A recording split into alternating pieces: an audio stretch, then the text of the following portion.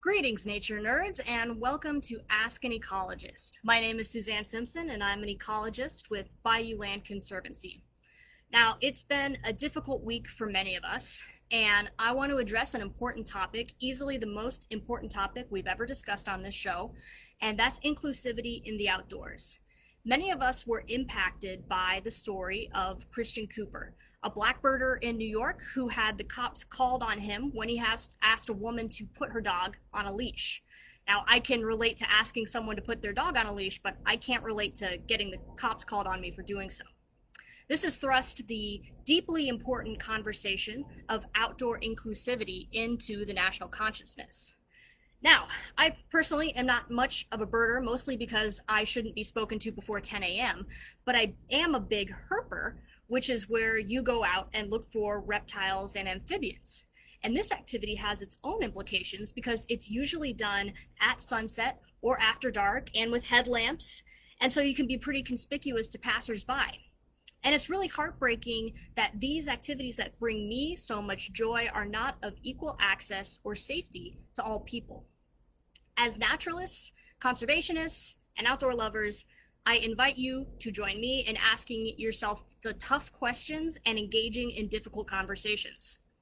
A great step in this direction is tuning into the National Audubon Society's Birding While Black web conversation, which continues today, June 4th, at 6 p.m. Central Time on the National Audubon Society's Facebook page. The conversation began with a session this morning, and a recording of that session is available on their Facebook page. It's also Black Birders Week, which has been featured heavily on Twitter and social media. So please explore the hashtag Black Birders Week and the hashtag Black in Nature. Now, it would be perfectly appropriate for the episode to end here because nothing else that we're going to talk about is important as this. But we've all had a tough week. I know that. I have too. And I think it's okay to have a little bit of joy in our newsfeed. So with that, I am going to get to some of your questions. You guys had a lot of great questions this week. And I want to make sure that we take care of them. My coworker, Becky Martinez, just messaged me. LOL. Okay. Ricardo Valdez asks, lately we have been seeing a lot of horseflies attacking hikers and bikers on the trail. How can we stop horseflies from attacking us? No, I don't want to move to Antarctica. Well, Ricardo, I'm glad you're going to be staying local.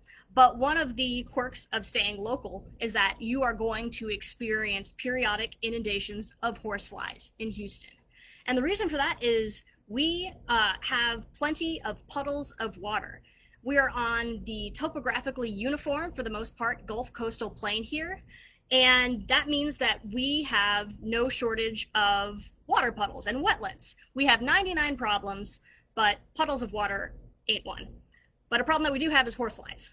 And so, anecdotally, I've seen the worst horsefly activity just before we reach the peak mosquito season, and it tends to be somewhat associated with our first deluge of rain, which for those of you listeners, watchers that are outside of the Houston area, we had our first of several really good thunderstorms this week, and so that has ticked up the wildlife activity in a different way. That happens annually, and so what people are seeing is different, and your questions this week reflect that change in weather pattern. So, Ricardo, I am going to share a natural horsefly repellent recipe with you, and this is courtesy of Kathy Adams.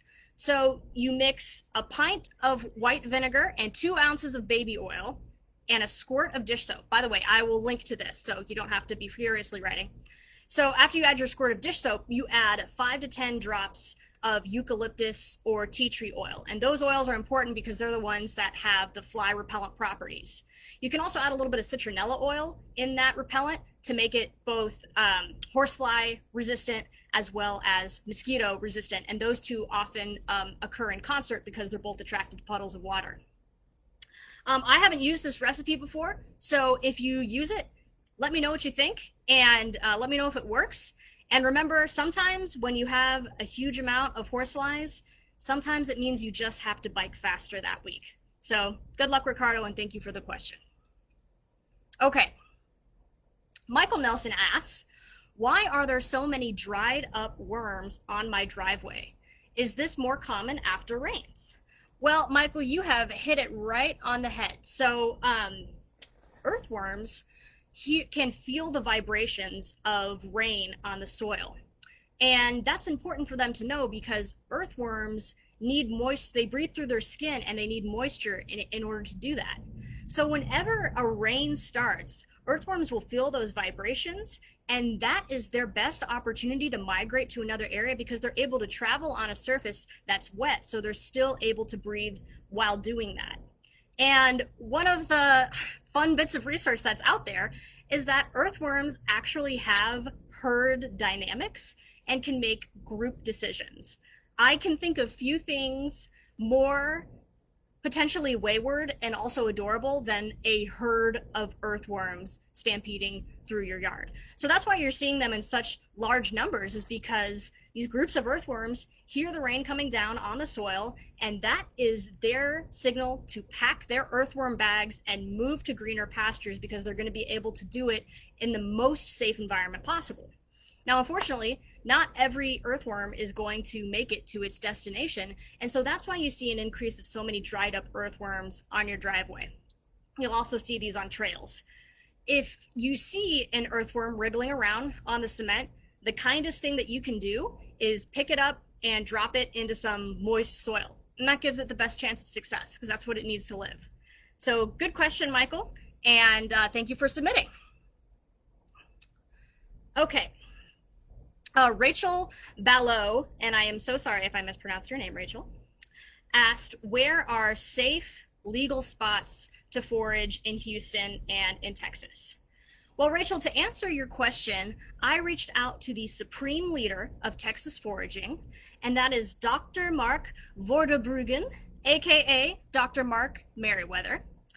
If you guys don't know Dr. Mark Merriweather, he has written several books on Texas foraging. He runs a tremendous website called Foraging Texas, and he is one of the key resources statewide and frankly nationwide on how to forage for vegetation and mushrooms and fungi. So I asked Mark this question, and there's a short answer and there's a long answer. So I will share the short answer with you and I will link to the longer answer. So people can collect above ground parts of non-endangered plants along Texas roadsides and between the water's edge and the high watermark of navigable streams. I am not intending to bog you down with a technical response, but that is how the law states what's legal. My advice is whenever you're going out to potentially forage, always call the landowner or the manager of that land and tell them what you want to do and try to get their permission ahead of time or understand what the regulations are in that place. And that's going to be the safest way for you to forage. And it's, especially as we've had this time of quarantine, people have become really interested in growing victory gardens, and luckily have become really interested in what they can use in their own natural spaces to bring back to their yards and to bring back to their tables.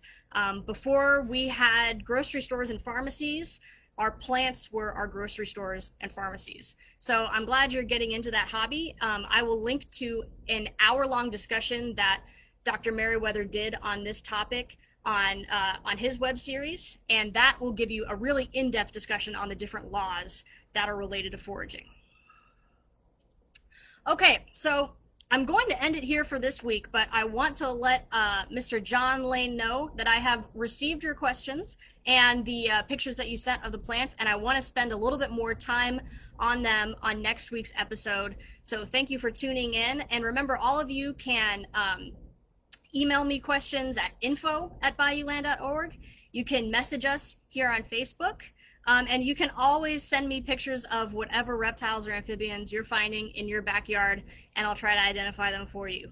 All right, thank you guys so much for tuning in. This is Suzanne Simpson with Bayou Land Conservancy, where we protect habitat for flood control, clean water, and wildlife. We'll see you next time.